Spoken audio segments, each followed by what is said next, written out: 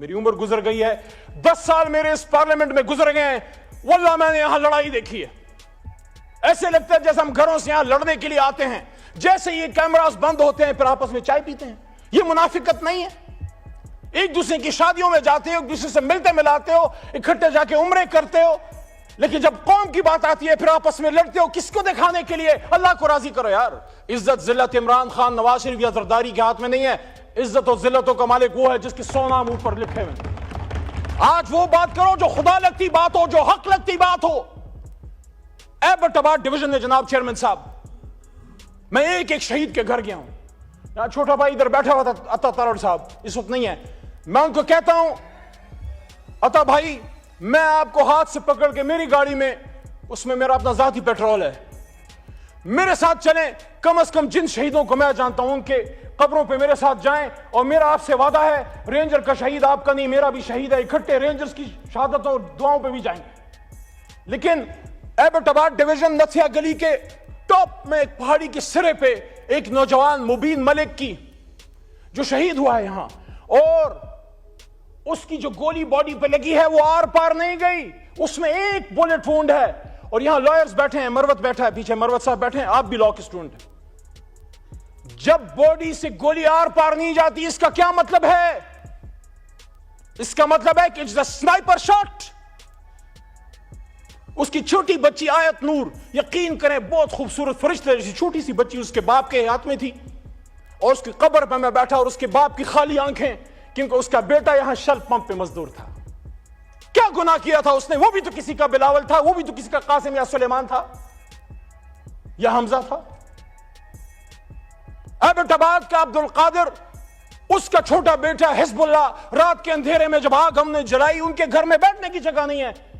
Abbott آباد کی سردی کا آپ کو پتہ ہے، کھلے آسمان تلے آگ جلا کے ہمارے ساتھ وہ بیٹھے ہوئے تھے. اس کا چھوٹا بچہ حزب اللہ جو مدرسے اور اسکول میں پڑھتا ہے سوال کرتا ہے کہ میرا باپ کیوں مرا؟ آرمی پبلک اسکول میں تو دہشت گرد آئے تھے، یہاں کون آیا تھا میرے بھائی؟ یہاں کون آیا تھا؟ پارلیمنٹ کے سامنے لا الہ الا اللہ محمد الرسول اللہ کے سامنے یہاں گولیاں چل رہی تھی. یہاں میں کہا جاتا ہے نہیں مارا تو کس نے مارا؟ Forget about this point that they were the workers of Pakistan Tehreek Insaf. They were Pakistanis, and according to the Constitution of Pakistan, Article 9. Article 9. اور میں اپریشیٹ کرتا ہوں یہاں آج رانا ثناء اللہ نے، رانا صاحب نے اچھی بات کی ہے کہ دونوں طرف جو شہید ہوئے ہیں ان سب کے لیے انا للہ و انا الیہ راجعون پڑھنی چاہیے. میں پڑھ چکا ہوں. یہ دونوں طرف کے نہیں ہیں، یہ ایک طرف کے ہیں. کاش ہم سمجھ پائیں حضور صلی اللہ علیہ وآلہ وسلم کی حدیث کا مفہوم ہے کہ وقت تم پہ ایسا آئے گا کہ مارنے والا بھی مسلمان اور مرنے والا بھی مسلمان. لیکن میرے بھائیوں، میرے پاکستانیوں، میرے چیئرمین صاحب، آپ خود ایک ایسے صوبے سے ہیں جو ہمیشہ مشکلات کا شکار رہی ہے، ایک ایسے شہر سے ہیں جہاں ہمیشہ خون کی ہولی کھیلی گئی ہے. مجھے جس چیز کا دکھ ہے بطور پاکستانی، آپ سب میرے بھائی ہیں، میرے کسی سے نفرت نہیں ہے. وہاں جس سیٹ پہ عطا تارڑ بیٹھے ہیں، وہاں میں نے جب 9 اپریل کی رات سپیچ کی تھی، آپ ادھر 170 بیٹھے ہوئے تھے. مجھ سے اکثر پوچھا جاتا ہے تمہیں ڈر نہیں لگ رہا تھا اس رات؟ تم اکیلے تھے اور یہ 170 تھے. میں نے کہا میں ان کو دشمن نہیں، صرف ایک سیاسی مخالف سمجھتا ہوں، مجھے ان سے کوئی ڈر نہیں تھا. لیکن مجھے جس چیز کا دکھ ہے وہ یہ ہے کہ جو یہاں ڈی چوک پہ شہید ہوئے ہیں آغا صاحب، ان کی نہ صرف جان گئی ہے بلکہ ان کا مان بھی ٹوٹا ہے. میں دل کے درد سے یہ کہہ رہا ہوں، ان کو یہ پتا تھا کہ گرفتار ہو جائیں گے، آنسو گیس چل سکتی ہے، لاٹھی چل سکتی ہے، ہاتھ پیر ٹوٹ سکتے ہیں، لیکن جو گولی ہم نے ان کو ہندوستان پہ چلانے کے لیے دی ہے وہ میرے سینے سے آر پار کبھی نہیں ہوگی، کبھی نہیں ہوگی، کبھی نہیں ہوگی. یہ گولی تو ان لوگوں کے لیے ہم نے تمہیں دی ہے کہ جو لوگ سری نگر میں مسلمانوں کا خون بہاتے ہیں، یہ گولی پاکستانیوں پہ چلانے کے لیے نہیں، یہ گولی پاکستان اور اسلام کے دشمنوں پہ چلانے کے لیے ہے. اور آج ہم سے بات کی جاتی ہے کہ بتاؤ، ہمارے پشتوں میں کہتے ہیں مڑم شمو پڑھم شم، مار بھی دیا اور میں ہی گناہگار. مغل نیم چی غمونو تا بجارم، مروت سے تو بھی پوئے گی. مغل نیم چی زخمونو تا بجارم، خپل انتقام پپر حرود کران غارم. ز پختون چی لگ دمشم لگ سمشم، دا زری حساب بدر نغوارم. وقل جاء الحق وزهق الباطل ان الباطل كان زهوقا. مذاکرات نکل آئے گا عمران خان بھی انشاءاللہ 500 دنوں سے کھڑا ہے. ہم مذاکرات کی بھیک نہیں مانگتے. اگر تم سمجھتے ہو کہ اس کو اندر رکھ کے ملک چلا سکتے ہو چلا کے دیکھ لو. ہم ایک مطالبہ کرتے ہیں, ڈی چوک کے خون کا انصاف چاہیے, ہمیں اور کچھ نہیں چاہیے. مجھے بھی ساتھ عمران خان کے اندر ڈال دو. 78 دنوں تک رہا ہوں میں. خواجہ صاحب نے کہا نا, میں اس بات سے ایگری کرتا ہوں. خواجہ آصف نے کہا کہ عزت سے جیل گزارنی چاہیے. 78 دن تک رہا ہوں. ایک ایسے آدمی کا پوتا ہوں جس نے پاکستان بنایا تھا, اس آدمی کے ساتھ جیل کا دکھ نہیں. جس کوٹلی میں 6/8 میں ممتاز قادری کو آپ نے رکھا اس میں میں رہا. پشاور جو میرا اپنا شہر ہے جہاں پلا بڑا ہوں, وہاں صوفی محمد کو تحریک نفاذ شریعت محمدی کے صوفی محمد مرحوم صاحب کو جس 6/8 کی کوٹلی میں رکھا, میں بھی ادھر رہا ہوں. میں نے بھی کبھی یہ بات اسمبلی کے فلور پہ نہیں کی, لیکن خواجہ صاحب نے بات کی ہے تو میں بھی کہہ رہا ہوں, ہم نے بھی جیل کاٹی ہے, جوان مردی سے کاٹی ہے. لیکن مجھے دکھ اس دن ہوا جب اپنے مردان میں جب میرے تمام 3 MPOs ختم ہوئے تو جو میرے سامنے چارج شیٹ رکھی گئی اس میں آرمی ایکٹ تھا, اس میں سیکرٹ ایکٹ تھا, اس میں ATC تھا. دیئر انڈرسٹینڈنگ, یہ دونوں وکلا اور پیچھے کاکڑ صاحب بھی شاید بیٹھے ہیں, وہ بھی سمجھتے ہیں.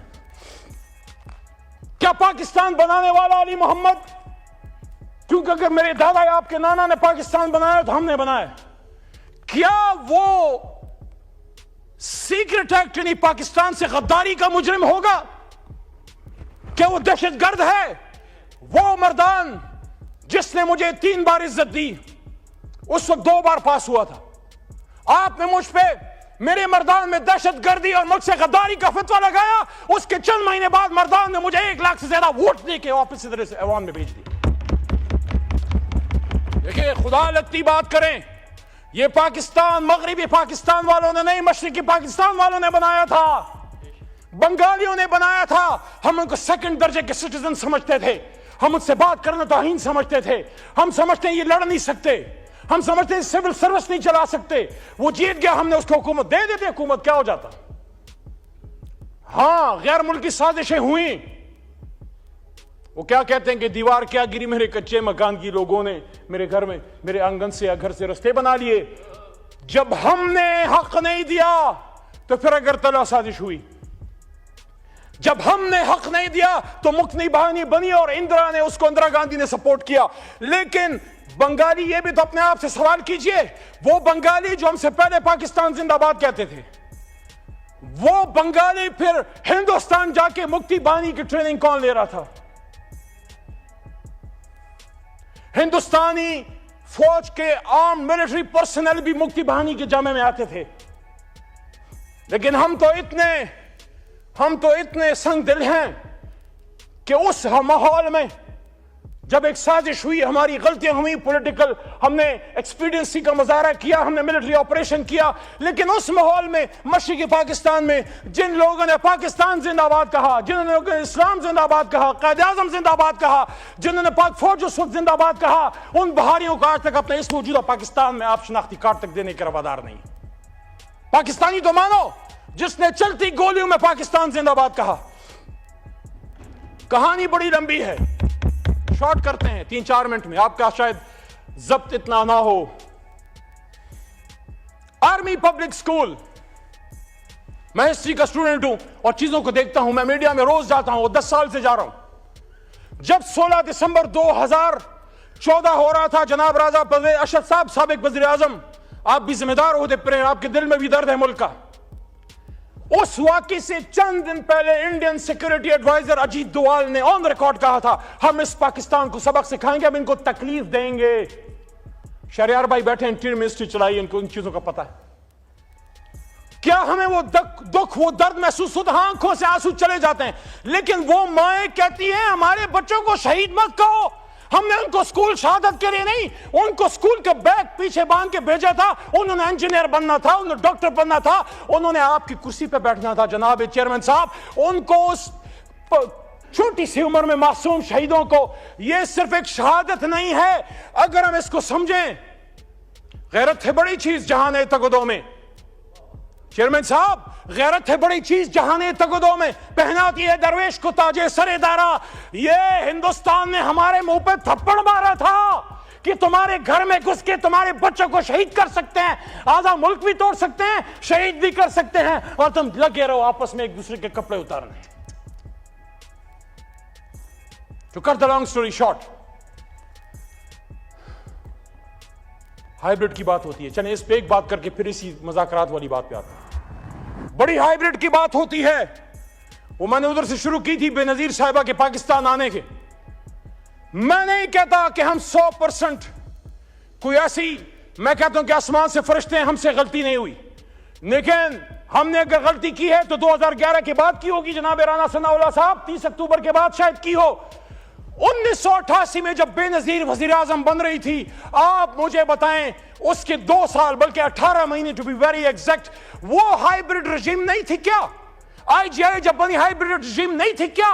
حمید گل صاحب از آن ریکارڈ کہ اس میں جب اسامہ بن لادن کا پیسہ استعمال ہوا بے نظیر کے خلاف, کیا وہ ہائیبرڈ رجیم نہیں تھی کیا؟ یہ آج کی کہانی تو نہیں, 100 برسوں کی داستان ہے جناب چیئرمین صاحب. 3-4 چیزوں کا بڑا دکھ ہے مجھے. میں کبھی پیپل پارٹی کا ورکر سپورٹر نہیں رہا, آج بھی میں کہتا ہوں مجھے بڑا عجیب لگتا ہے. صدر آپ کا بیٹھا ہے, چیئرمین سینٹ آپ کا بیٹھا ہے, چاروں گورنر آپ کے بیٹھے ہیں, 16 مہینے آپ ادھر اقتدار میں بیٹھے رہے, آج بھی آپ ان سیٹوں پہ ہیں, آج بھی آپ رونا روتے ہیں.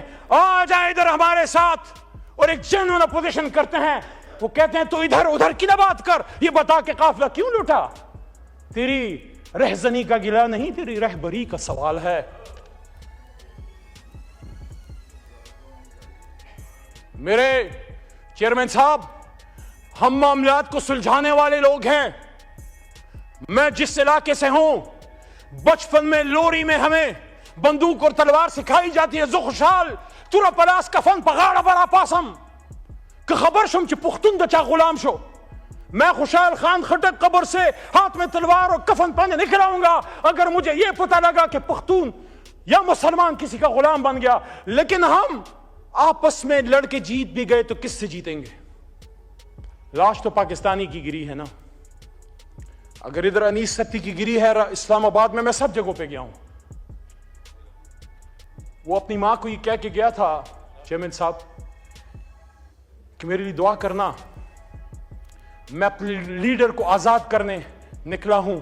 آپ کے بھی لیڈر کے لیے لوگوں نے اپنے آپ پہ آگ لگائی تھی, خودکشیاں کی تھی جناب. حالانکہ خودکشی اسلام میں حرام ہے, لیکن میرے بھی لیڈر کے لیے مرتے وقت انہوں نے خون سے قیدی نمبر 804 لکھا ہے. Look at the commitment of the level of the workers of Pakistan Tehreek Insaf. Imran Khan کو کسی نے اکیلا نہیں چھوڑا. میاں صاحب کا گل اپنی جگہ درست ہے جب میاں صاحب نے فرمایا کہ ان کو کہا جاتا تھا کہ قدم بڑھاؤ میاں صاحب ہم تمہارے ساتھ ہیں, لیکن جب مشرف کا آہنی ہتھوڑا چلا, ظلم ہوا, ایمرجنسی قائم ہوئی, میاں صاحب نے دیکھا تو محدود چند لوگ تھے, ایک جاوید ہاشمی تھا, اس کو بھی پھر آپ نے پراپرلی اون نہیں کیا. لیکن یہ کیا کہیں, ہمارا بھی اسی طرح کا درد ہے. ایسا نہ ہو جو کھڑے تھے اس طرف کل کو پھر وہ پیچھے ہی کھڑے رہے اور جو نکل گئے تھے وہ پھر آگے بیٹھے ہوں. ہوتا ہے, سیاست میں ہوتا ہے حضور. لیکن واللہ ہم نے عمران خان کے لیے نہیں کیا, ہم نے اپنی کمٹمنٹ, اپنی غیرت, اپنی انا کے لیے کیا ہے کہ کل کو کوئی اسد قیصر کو, وہ جو آپ کی کرسی پہ بیٹھا ہوتا تھا سلجھو آدمی, آپ سے ہمیشہ بات کرتا تھا, ہماری جماعت سے گالی سنتا تھا, اس کو جب آپ نے اٹھا کے اپنے ہی مردان میں آپ نے جیل میں ڈالا تو اس نے صرف عمران خان کے لیے نہیں, اپنی خودی, اپنی انا, اپنی غیرت کے لیے کیا کہ کوئی اسد قیصر کو یہ نہ کہے کہ سوابی کا بیٹا بک گیا یا ڈر گیا, کوئی شہریار خان افریدی کو یہ نہ کہے کہ کوہاٹ کا بیٹا ڈر گیا یا بک گیا, کوئی نثار جٹ کو یہ نہ کہے کہ پنجاب کا بیٹا ڈر گیا یا بک گیا, اور یہ کوئی مجھے نہ بتائے کہ پنجابی خدا نخواستہ بزدل ہیں یا نکلتے نہیں ہیں. اس لیول کی فستائیت آپ پختونخوا میں کرو, یہاں بھی کوئی نہیں نکلے گا. ہم نے تو سنا تھا کہ مائیں بہنیں سانجی ہوتی ہیں, یہ کیسی سانجی مائیں بہنیں ہیں؟ جب میری اور آپ کی ماں ریحانہ ڈار کے سر سے دوپٹہ چھینا گیا اور اس کو کھینچا گیا تو پھر سیال کوٹ کے ساتھ پورا پاکستان کیوں نہ رویا, اور آپ کیوں نہ روئے؟ آپ کی تو جماعت ہی خواتین کے حقوق پہ بنی ہے حضور.